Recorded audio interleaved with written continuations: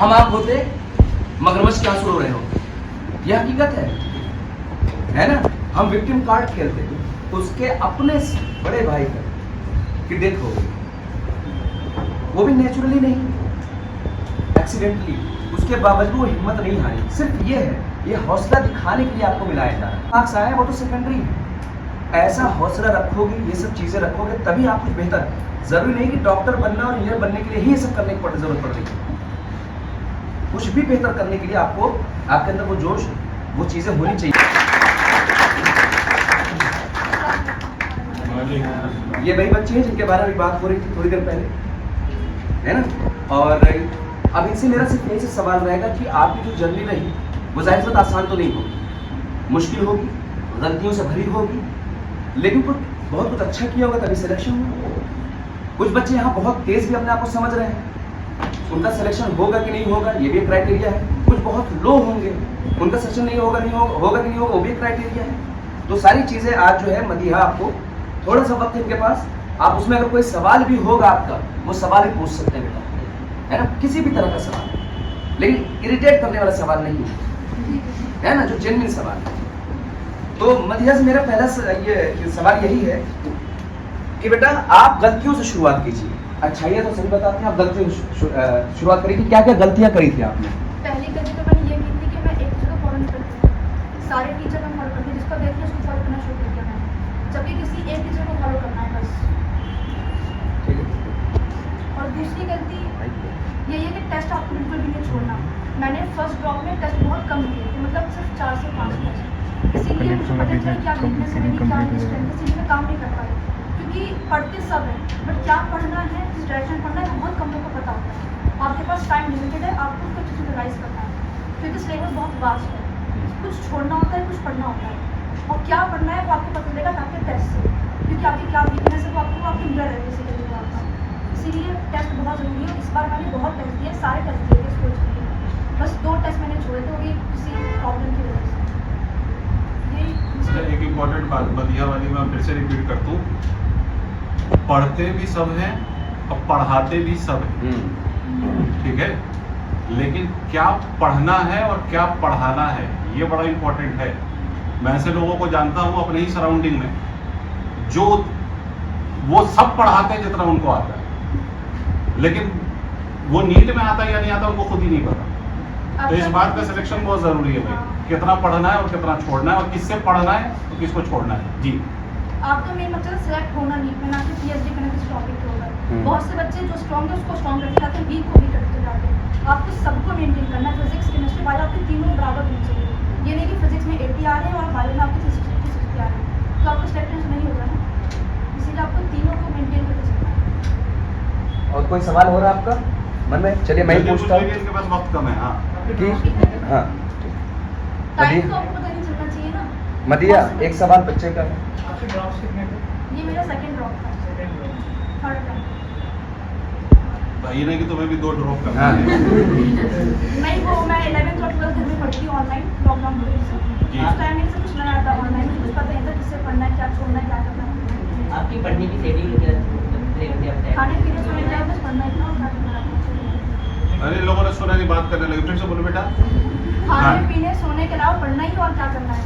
ये हाँ। मेरा फ़ोन बस एक डब्बा है और कुछ नहीं था इसके अंदर मेरे उस टाइम पर, ना ही सिम कार्ड था, ना ही नेट था, बस मैं यूट्यूब से पढ़ती थी हॉटस्पॉट लेके, ना ही इंस्टा, ना ही व्हाट्सअप, ना ही स्नैपचैट, कुछ नहीं था मेरे पास, कोई फ्रेंड नहीं। अच्छा, ये जो बच्चे एक हवा बना रखे हैं, खासकर नीट में जब उनका माने फिजिक्स केमिस्ट्री बायोलॉजी, फिजिक्स के एक हवा बना रखा है ना, आता नहीं है कैसे होगा, बायोलॉजी आसान लगती है तो पढ़ते रहो, है ना, केमिस्ट्री ठीक एवरेज रखते हैं, तो क्या आपके साथ भी ऐसा था या ऐसा करना चाहिए बच्चों को? नहीं, बिल्कुल भी नहीं करना चाहिए ऐसा, तो बल्कि मेरे हिसाब से फिजिक्स ज़्यादा आसान है केमिस्ट्री से, क्योंकि फिजिक्स में कॉन्सेप्ट सीख लिया तो वही सब में आएगा, हर क्वेश्चन मैकेनिक्स के वही सब में आएगा आपके, लेकिन केमिस्ट्री में एक्सेप्शन, अगर आपने सीख लिया तो अगले क्वेश्चन को नहीं लगेगा ये एक्सेप्शन है उसका, तो आपको सब याद करना पड़ता है। लेकिन फिजिक्स में एक चीज़ सीख ली तो वो सब में लगेगा, लेकिन कॉन्सेप्ट आपने कैसे सही किया इसको? फिजिक्स एक हुआ आपके भी उस वक्त रहा होगा, इन बच्चों का भी, तो ये सोच रहा है कि कहते तो सभी ये फिजिक्स आसान है, लेकिन हम करें कैसे? आपने क्या किया? कुछ तो किया होगा। पढ़ाते थे, उसके बाद क्लास में देखते क्वेश्चन, तो मैं क्वेश्चन को पहले पॉज करती थी, फिर सॉल्व करती थी, उसके बाद मैं देखती थी आंसर क्यों नहीं आया, फिर मैं देखती मैंने क्या गलती की, सर ने कैसे सॉल्व किया, उसको अपनाते हैं, तो आपको ऐसे करना है। ठीक है, और कोई सवाल? हाँ, आपका टाइम टेबल कैसा था? मतलब आप टाइम को कैसे मैनेज करती थी अपने टाइम पे तैयारी करने के लिए? मैं मतलब सुबह मैं इसको और आसान कर देता हूँ। एक्चुअली में एक तो ये है कि टाइम कैसे मैनेज के साथ साथ ये भी कि किस सब्जेक्ट को कितना टाइम दिया आपने, कैसे स्ट्रेटेजी क्या रही है। शुरू में तो मैंने पहले फिजिक्स पर फोकस किया था, फिजिक्स और केमिस्ट्री। बायो लिमिटेड था, बस 1 घंटा दिन में पढ़ लेती थी मैं। लेकिन लास्ट के 2 महीने में आपको ज़्यादा बायो फोकस करना है, क्योंकि बायो याद करने वाली चीज़ है। आप जितने पहले पढ़ लो, बाद में भूल जाओगे। और फिजिक्स आप समझ लोगे तो प्रैक्टिस करते करते उसमें स्ट्रॉन्ग हो जाओगे, और बायो फिर आप लास्ट में लोगे तो आपको याद रहेगा। इसीलिए ठीक है, और कोई सवाल? किसी भी 11th 12th वाले बच्चों को? 12th वाले बच्चे वैसे मैक्सिमम नीट वाले ही हैं, कोई मन में सवाल नहीं है? शगुन, कोई सवाल नहीं? अच्छा, तो चलिए, कोई सवाल नहीं है। लास्ट में हाँ, एक और सवाल है इनका। मैंने ऐसे उसको कुछ नहीं यूज़ किया था। अच्छा, इसमें सिलेक्शन में टेस्ट का कितना रोल है? बहुत टेस्टिंग का बहुत ज़्यादा है ना? बच्चे कहते हैं कि आज कोई बात नहीं, टेस्ट ऊपर नीचे हो जाता है, इतना कोई मसला नहीं। टेस्ट का रोल है बहुत बड़ा, जी, है उससे ना? आपका टाइम भी बचेगा, क्योंकि आप ऐसे रैंडम कुछ उठा के पढ़ने लगोगे। लेकिन टेस्ट से आपको पता है मुझे क्या पढ़ना है, कितना पढ़ना है, क्या छोड़ना है, क्या मुझे आता है, क्या नहीं आता। अगर आप टेस्टिंग हो गया, पता नहीं चलेगा, क्योंकि आपके लिए मिरर है बेसिकली। तो लास्ट में इनको आप क्या कहना चाहेंगे? इन बच्चों के पास सवाल खत्म हो गए हैं, जिनके सवाल ज़्यादा नहीं होते, लेकिन उनको जो पढ़ा दिया जो पढ़ लेते हैं, बहुत सीधे बच्चे भी हैं। तो लास्ट में इनको क्या कहना चाहेंगे बस 2 ही नीट बात के लिए? बोलूंगी मैं। हाँ, बोलिए। सबसे पहली चीज़ कंसिस्टेंसी।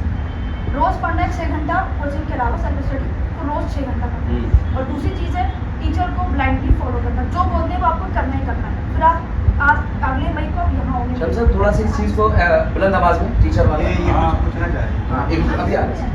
जी, आप ड्रॉप नहीं करते। 12th के बाद स्कूल बन गए। नहीं तो ये बेसिकली जानना चाह रही हाँ, है हाँ। स्कूल के साथ कैसे करें। कैसे? तो 6 घंटे को थोड़ा सा कम कर लो। हाँ, ये भी बात है। इनका दूसरा पॉइंट जो था, शमशद थोड़ा उसको इलाबोरेट कर दीजिए। हाँ हाँ, यार सब पे आ रहा है सवाल। पूछो। एग्जाम कौन सी सेक्शन से स्टार्ट? मैंने मेरा सबसे अलग था, यूनिक था।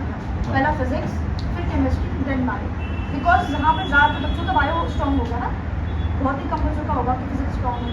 तो आपको क्या करना है कि पहले वीक से करना है, उसके बाद स्ट्रॉन्ग करना है, बिकॉज आपकी बायो स्ट्रॉन्ग है और लास्ट में आपके पास टाइम कम होता है, तो आपको प्रेशर भी होता है। और आपको अगर फिजिक्स करोगे तो आपको प्रेशर भी और वीक भी है, तो आप गलत गलती से एग्जाम कर सकते हो। लेकिन बायो आपको इस कॉन्फिडेंस लगा कि हाँ मुझे आता है, टाइम कमी तो क्या हो, मैं कर सकती हूँ। इसीलिए आपको पहले वीक से करना है, लास्ट में स्ट्रॉन्ग करना है, क्योंकि आप प्रेशर को झेल सकते हैं। अच्छा, एक लास्ट सवाल है बस, बाकी सर जो बोलेंगे। ये बच्चे जो हैं, ये पढ़ने के साथ साथ एक तो टीचर पढ़ाई रहा है, हम जितना मटेरियल वो दे रहे हैं, टेस्टिंग करवा रहे हैं, बच्चे फिर खोलते हैं टेलीग्राम, वहाँ भर के सब जो है नोट्स होते हैं, फिर यूट्यूब, फिर पता नहीं कौन सा ट्यूब, ये सब दिए रहते हैं ना। ये सब फायदा करता है कि नुकसान? बिल्कुल भी नहीं। ये नुकसान है। इनका कहना है कि ये मतलब नासूर बन जाता है। नहीं, वो मदिया ने एक सीधी बात कही है ना कि मतलब मदिया का सेंटेंस था कि टीचर को ब्लाइंडली फॉलो करना। मैं बस उसमें एक और डाउन कर देता हूँ। उस टीचर को ब्लाइंडली फॉलो करना है जिसको इस टेस्ट के बारे में, इस एग्जाम के बारे में एक्सपीरियंस है, जिसको ये पता है कि इसमें क्या आता है, क्या नहीं आता है, कितना पढ़ाना और कहाँ रुकना है, जो सबको नहीं आता है। भाई सीधी बात है ना। तो उस टीचर को आप भांप लेंगे, तो आपको बड़ा मसला थोड़ी है। भांपना कैसे है? लास्ट के 5 साल के पेपर उठा के देख लो। अगर वो टीचर उस पैटर्न पे चल रहा है तो ठीक है आपके लिए, अगर उससे ज्यादा कुछ स्टाइल मार रहा है तो वो आपके लिए ठीक नहीं है। सीधी बात है, ठीक है। टीचर को कितना आता है ये वो दिखाने का कारनामा नहीं है, बच्चे को आना चाहिए जो उसको एग्जाम में आएगा। बस ये कराना हमारा काम है। और आप अपने टीचर को एज अ गाइड फॉलो करें, जो आपको फिर वो तरीका बता सके। लेकिन बस एक काम आपको करना है कि वो टीचर आपको डिसाइड करना है। अब तो यही है, तो आपने डिसाइड कर लिया तभी यही है। अब कर लिया है तो फिर फॉलो करिए उस टीचर को, है ना। बात समझ गए? 50 जगहों पे करोगे, परेशानी के अलावा कुछ और नहीं आएगा, है ना। कहते हैं कि 2 कश्तियों की सवारी अच्छी नहीं। आप लोग 50-50 कश्तियों पे सवार हो जाते हैं हर फील्ड में। और भी फील्डों में भी आप लोग एक जगह पे रुकते नहीं है, कई जगहों पे जाते हैं, मल्टी डायरेक्शनल बनते हैं। तो उससे कोई फायदा नहीं है। एक एम चूज करिए, एक गाइड चूज करिए, गाइड मतलब टीचर, है ना। और उसके बाद फिर छोड़ दीजिए, बाकी सब कुछ खत्म करिए और एक के पीछे बोलिए, ठीक है।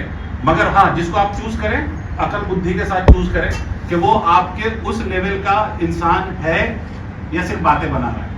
या आपकी भौकाल काट रहा है, अगर नॉर्मल शब्दों में आप वाले शब्दों में कहें, ठीक है। तो आपको सीखना है, हमें सिखाना है, और आज से ही अगर आप इरादा करोगे तो सबसे मजा करंट ईयर के रिजल्ट का होता है। इस बात को जानो, और जब तुम मेरे साथ ही अगले साल इंशाल्लाह यहाँ पे खड़े होगे तो जितना तुम मतलब फख्र महसूस करोगे, प्राउड फील करोगे, उससे कई गुना ज्यादा हम करेंगे, ठीक है।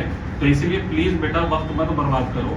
मोबाइल जो है ना 15-20 हज़ार का, वो तुम 15-20 लाख का भी खरीद लोगे एक वक्त आएगा। तो फिर इस साल जो है ना बहुत मेहनत करनी है, क्योंकि आपको बोर्ड भी देना है, और बोर्ड का भी पेपर अच्छा आता है, तो बोर्ड भी देना है, और साथ साथ आपको क्या करना है, नीट भी देना है। तो इसलिए पढ़ाई पे लग जाओ, बस कंसिस्टेंसी के साथ लग जाओ, मल्टी डायरेक्शनल मत हो, तो सब कुछ हो जाएगा, ठीक है सर।